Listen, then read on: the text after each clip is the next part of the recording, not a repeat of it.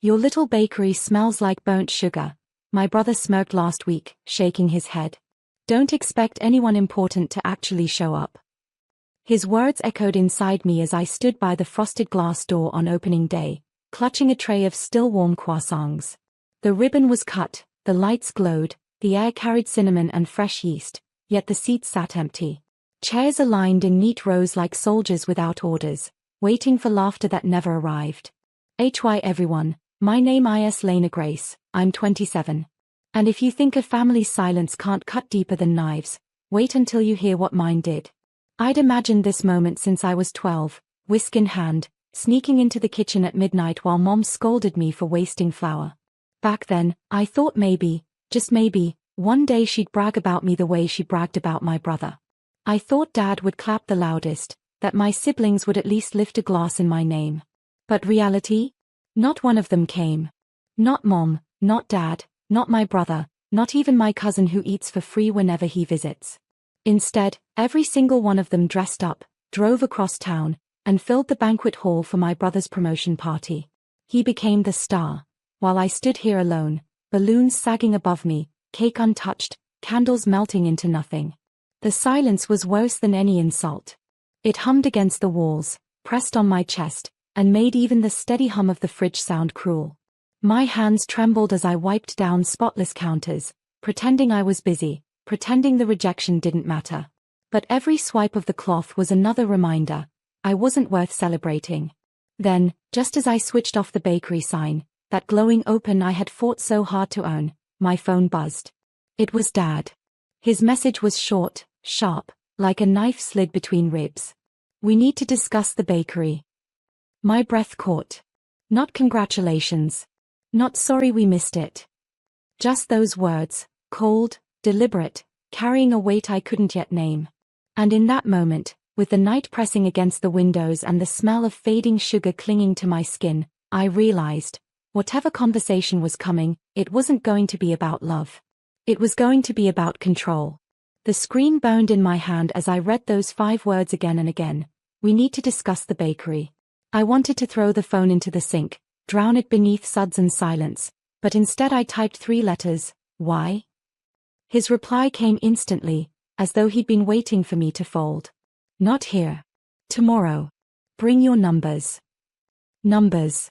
That's what I was reduced to, not a daughter, not a dreamer, not a baker who poured her soul into every loaf, but a ledger waiting to be judged. Sleep was impossible that night.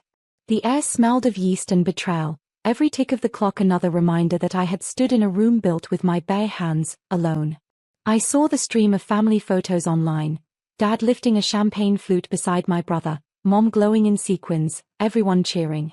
The caption under my brother's smile read, "Proud night for the family." For the family. The words knifed me. My bakery wasn't for the family, apparently. It was a side hobby, a phase, something to be tolerated until I gave it up. Morning came like ash, dull, heavy.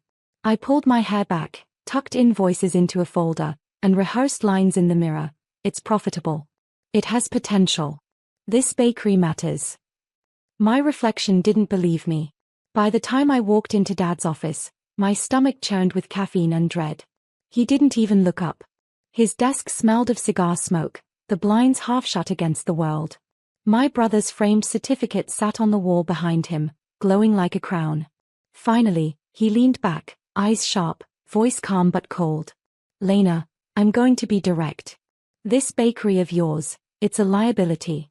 We need to talk about shutting it down before it drains the family name. The words crashed over me like boiling water. Shut it down? After years of saving, after nights spent scraping dough from my skin, after being abandoned on opening night? I gripped the folder tighter, my knuckles white. My heart screamed, but my lips only whispered. Why does my dream embarrass you so much? And he smiled. His smile was thin, almost rehearsed.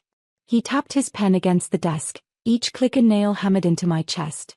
Because dreams don't pay bills, Lena, he said finally.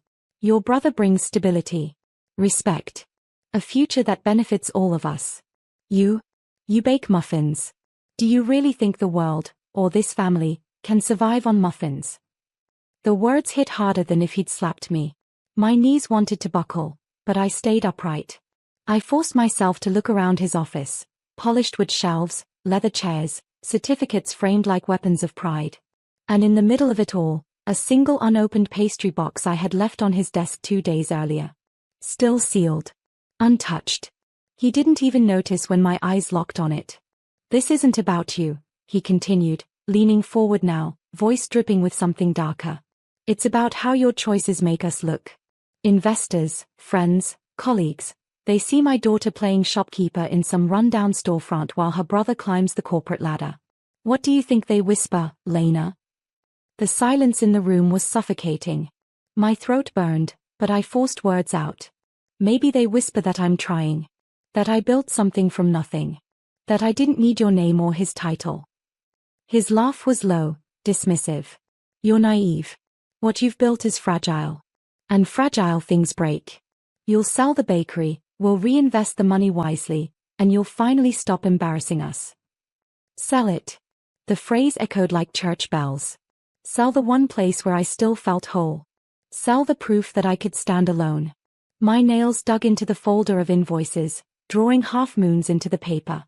I wanted to scream, to shatter every smug frame on his wall, but I swallowed it down.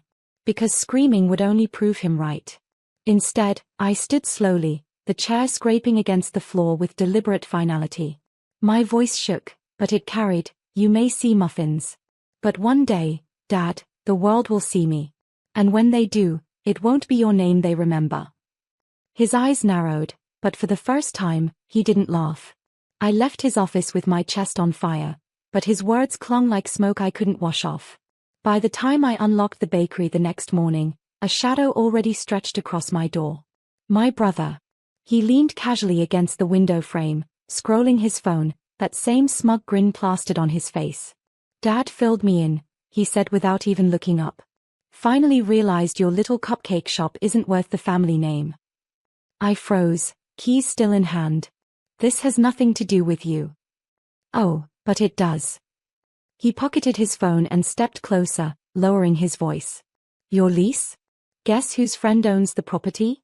One word from me and you'll be boxed out before the month ends. Dad doesn't want you humiliated, so he's giving you the chance to bow out gracefully. Sell it. Take the crumbs. Walk away."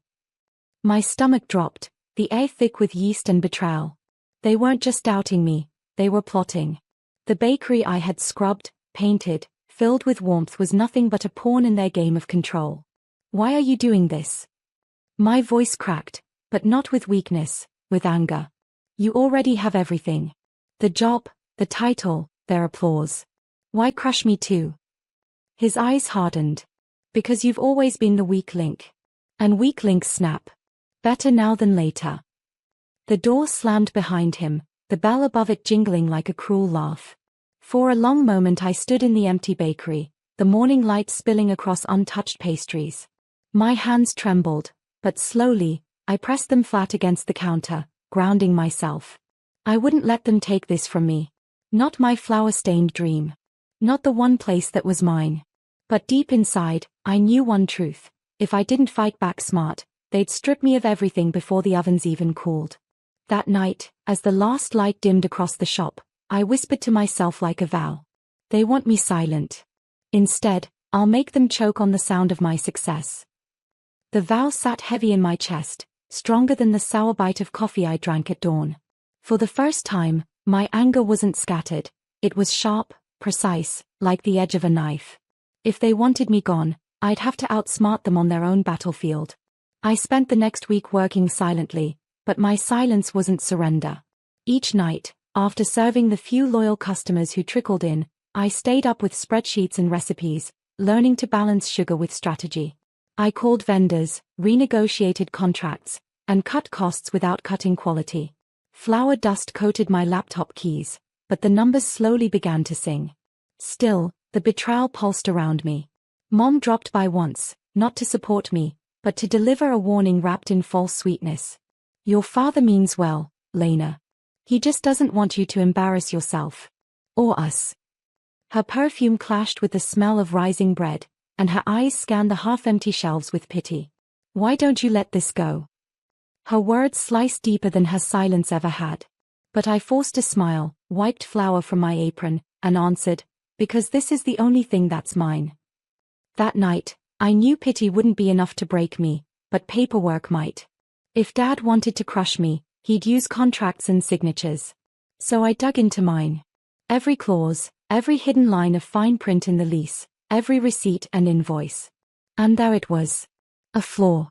Small, buried, but sharp enough to matter. The property owner's agreement wasn't as airtight as my brother believed. With the right lawyer, with the right push, I could turn their weapon back on them.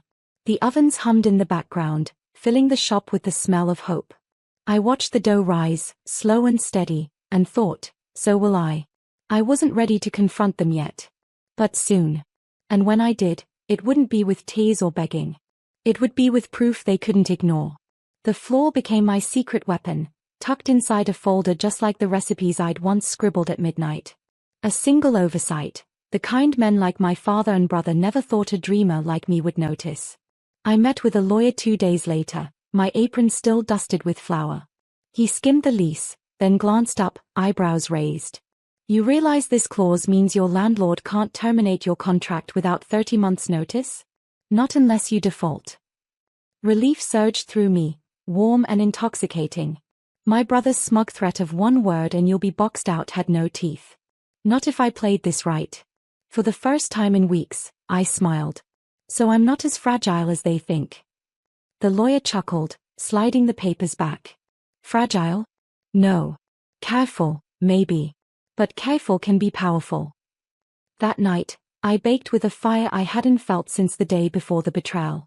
Cinnamon rolls glazed like gold, loaves rising proud, croissants flaking into perfection. Customers noticed. By word of mouth, people trickled in, first a curious neighbor, then a small crowd from the office building nearby. My shop, once silent, began to breathe again. But the storm was still circling. Dad arrived unannounced one evening, his presence filling the doorway like smoke. He looked at the growing line of customers, the hum of chatter, the glow of success rising where he expected failure. His jaw tightened. We're still discussing this, he said flatly. Don't get comfortable. I met his stare, my hands steady on the counter. For once, I didn't shrink. Discussion requires two people. All I hear is your decision. His eyes flickered. Anger? Surprise? Maybe both. He turned without buying a thing, the bell above the door jangling behind him. As silence returned, I wiped my hands on my apron and whispered under my breath, half to myself, half to the walls that had witnessed everything. They wanted me weak. Instead, I'm becoming undeniable. And for the first time, the bakery felt less like a burden and more like a weapon. The more my bakery filled with light, the darker my family's shadows grew. They couldn't stand it, the sight of customers laughing over lattes, of neighbors praising my bread as the best in town. What they thought would crumble had begun to bloom. It was my brother who struck next. He came in one morning, uninvited, his tie sharp, his cologne choking the air. He strolled between tables, smiling at customers like he owned the place, before leaning across the counter. His voice was low, meant only for me. Dad says if you don't sell, he'll pull funding from the trust. That includes your equipment loan. You'll drown in debt before your ovens cool. My chest tightened, but I refused to let him see fear. Instead, I slid a folder across the counter. Inside were the papers my lawyer had prepared, the lease clause, financial projections, proof of profit growth. Funny, I said, my tone ice. Because according to this, neither of you can touch me. For the first time, his smirk faltered. He flipped through the pages, his brow furrowing. Customers were watching now, sensing tension. I let the silence stretch, savoring it. This place is mine, I said clearly, voice steady enough for every ear in the room. And no threat from you or Dad changes that. His jaw clenched, but he didn't argue. He stuffed the papers back, eyes narrowing. You think one clause saves you? This isn't over. He stormed out, leaving the bell rattling behind him.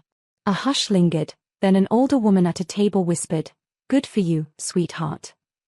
The entire bakery seemed to exhale with me. That night, I didn't cry. I didn't tremble.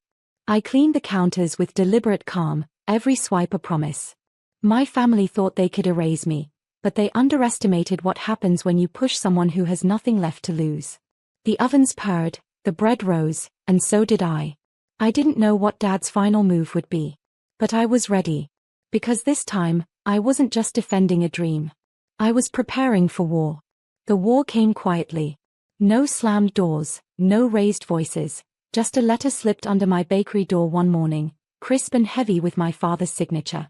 An official recommendation to potential investors in town, warning them that Lena Grace's bakery was unstable, financially unwise, and not supported by her family. It should have shattered me. Instead, I laughed. Because by then, I didn't need their approval. I had my proof, my customers, and most importantly, my independence. That very week, the local newspaper ran a feature, Against All Odds, the bakery that refused to close.